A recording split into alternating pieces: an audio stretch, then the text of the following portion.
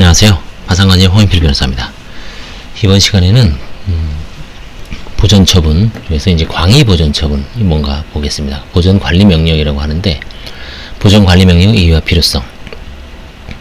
보전관리명령은 회생절차 개시 신청 시 법원이 보전처분 외에 필요하다고 인정하는 때에 보전관리인을 선임해서 채무자의 기존 임원진으로부터 업무수행권과 재산의 관리 처분권을 박탈하고 보전관리인에 의한 관리를 명하는 것이라고 합니다. 43조 3항에.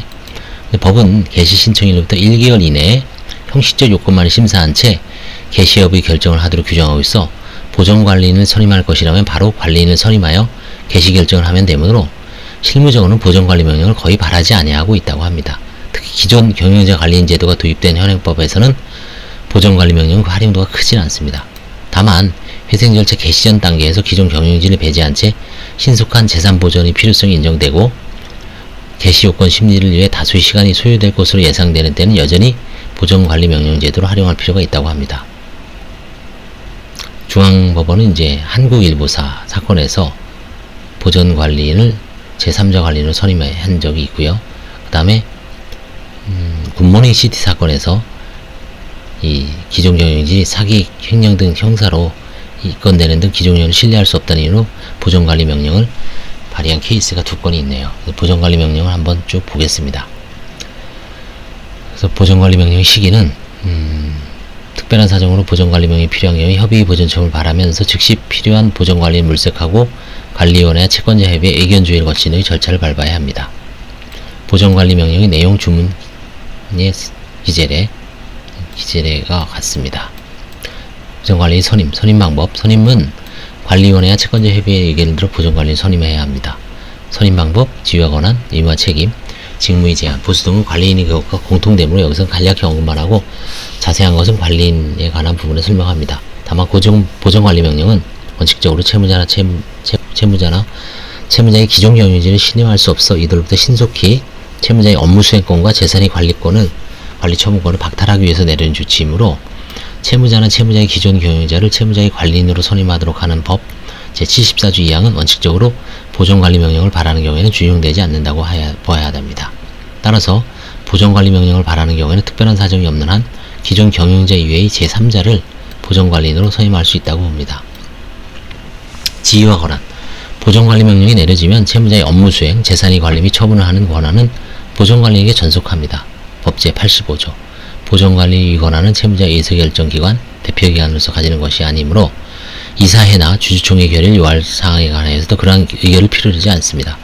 그 결과 채무자의 종래의 대표이사, 이사감사 등 임원은 업무수행권과 재산의 관리 처분권을 잃게 되고 주총이나 이사회를 수집하거나 개최하는 등의 권한만을 갖게 됩니다. 따라서 채무자의 구임원은 등기 여부를 불문하고 보전관리로부터의 별도의 신임과 법원의 허가를 받지 않는 한 업무를 관장할 수 없습니다.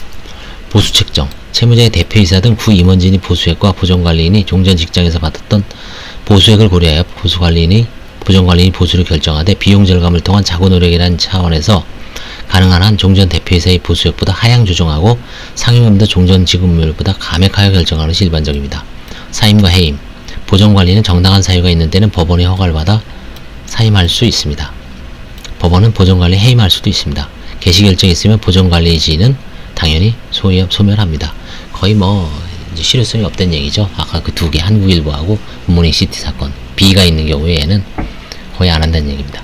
보전관리명령이 소송 절차 등에 미치는 영향.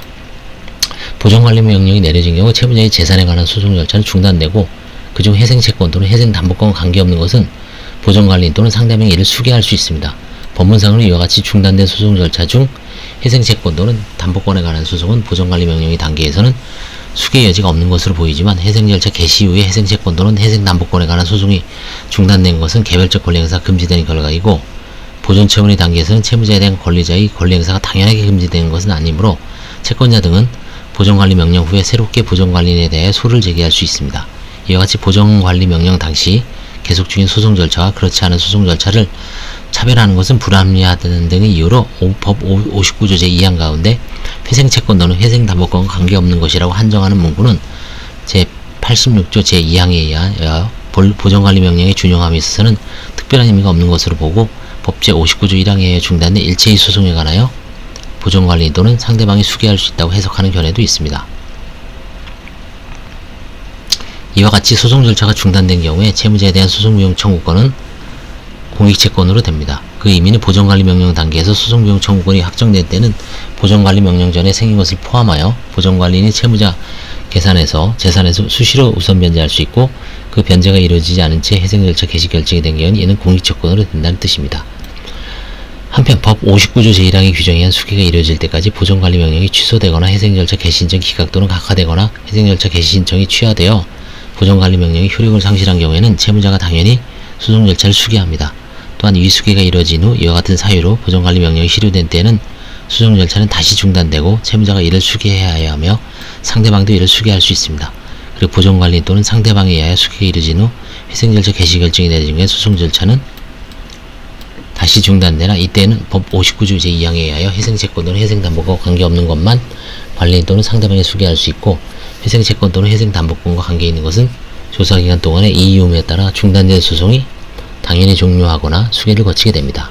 보전관리명령 당시 채무자의 재산관계 사건으로서 행정청이 계속 중인 것도 이와 같습니다. 채무자의 재산에 대한 강제집행, 가처분, 가압류 등은 별도의 중지, 취소, 명령 또는 포괄적 금지 명령을 받지 않는 한 아무런 영향을 받지 않아 보전관리명령 위에는 보전관리인이 절차의 당사자가 됩니다. 다음에 보전처분에 반하는 행위 효력. 보전처분이 발령되면 채무자의 처분행위로 일정한 행위가 금지되는데, 보전관리인도 채무자를 대신하여 업무수행이나 재산의 관리처분하는 기관이므로 보전처분의 효력을 받는다고 보는 것이 타당합니다. 실무상으로는 보전처분에서 금지한 행위를 보전관리인이 법원의 허가를 받아 할 수 있는 행위로 다시 정하고 있으며, 그 외의 사항도 법원의 허가를 받아 한 행위는 유효하다고 보고 있습니다. 다만 보전처분에 반하는 행위를 법원의 허가 없이 하는 경우에는 그 행위는 무효입니다. 그러나 거래상도로서는 허가를 받은 행위인지 여부를 알기 어려우므로 선의 제3자에게는 대항하지 못합니다. 다만 소송에 관하여는 엄격한 해석을 요하므로 제61조 사망 단서의 정의 배제된다는 것이 타당합니다. 다음에 보전처분 후의 후속조치. 협의 보전처분 결정은 채무자의 고지된 때 효력이 발생하고, 보전관리명령은 채무자와 보전관리에게 고지된 때 효력이 발생하므로 법원은 결정문을 즉시 송달하고 있습니다. 실무상으로는 발령 당일 보전관리인, 채무자 또는 법인, 채무자의 대표이사 및 주임원들을 법원에 출석하게 하여 발령 즉시 고지하고 있습니다. 보전관리명령에 관한 사항은 공고해야 되고요. 등기등록의 촉탁. 처분 대상인 채무자의 재산에 속하는 권리로서 등기된 것에 관하여 협의 보전처분 4가지죠. 처분금지, 차제금지, 변제금지, 채용금지. 법원사무관 등 직권의 지체 없이 그 보전처분이 등기등록을 촉탁해야 합니다.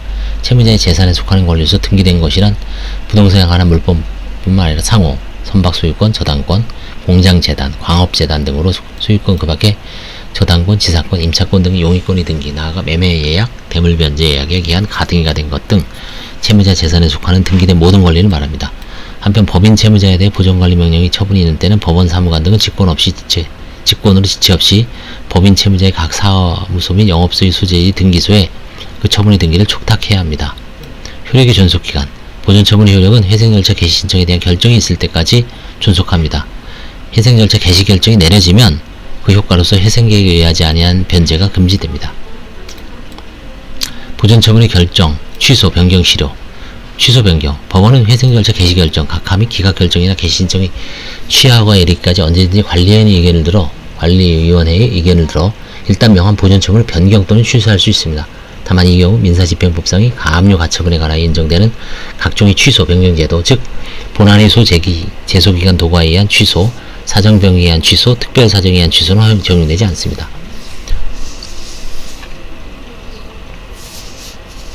보전처분 취소 변경의 결정은 채무자에 대한 고지로서 효력이 생깁니다. 이때 보전처분 취소 변경의 결정 후에는 등기 및 등록의 촉탁을 해야 하며, 보전관리명령을 취소 변경한 경우에 이를 공고해야 합니다. 보전처분 결정의 실효. 일단 발령된 보전처분은 법원에 의한 취소 변경 외에도 개시결정, 개시신청의 각하 결정이나 기각 결정이 있으면 그 효력을 상실합니다. 한편 개시신청의 취하 허가 결정이 있는 경우에도 이에 준하여 효력을 잃게 되는 것으로 보아야 합니다. 보전처분이 효력을 상실하면 법원 사무관 등은 개시신청의 각하 결정이나 기각 결정, 개시신청의 취하 허가 결정의 절정서의 등본 또는 초본을 첨부하여 보전처분 등기 말소 등기를 촉탁해야 합니다. 말소 등기 촉탁을 위하여 별도로 보전처분 취소 결정할 필요는 없습니다. 보전처분에 관한 재판에 대한 불복 절차. 보전처분 신청을 인용하여 보전처분을 명하는 결정과 보전처분을 취소 변경하는 결정은 물론 보전처분 신청을 기각하는 결정에 대해서 즉시 항고할 수 있습니다. 협의 보전처분을 명하는 결정, 이를 취소 변경하는 결정, 부전처분 결신청을 기각하는 결정에 대한 항고기간은 결정의 고지가 있은 날, 즉 결정정보 송달일부터 일주일입니다. 보존관리명령, 이를 취소하는 결정에 대한 항고기간은 공고가 있은 날부터 14일이 됩니다. 이와 같은 즉시항고는 집행적인 효력이 없죠. 부전처분 기각 결정에 대해 신청이 즉시항고할 수 있으면 당연하나 그 외 채권자, 주주, 지분권자 등 제3자가 항고할 수 있는지에 관해는 채무자, 개신청을 할 수 있는 채권의 및 주식 또는 출자 지분을 가지는 채권자 또는 주주 지분권자도 항고할 수 있다는 적극설, 이 제3자 등은 별도의 부전처분 신청을 하면 되는 것이므로 항고할 수 없다는 소극설이 대립되고 있습니다. 후설이 타당하다고 봅니다.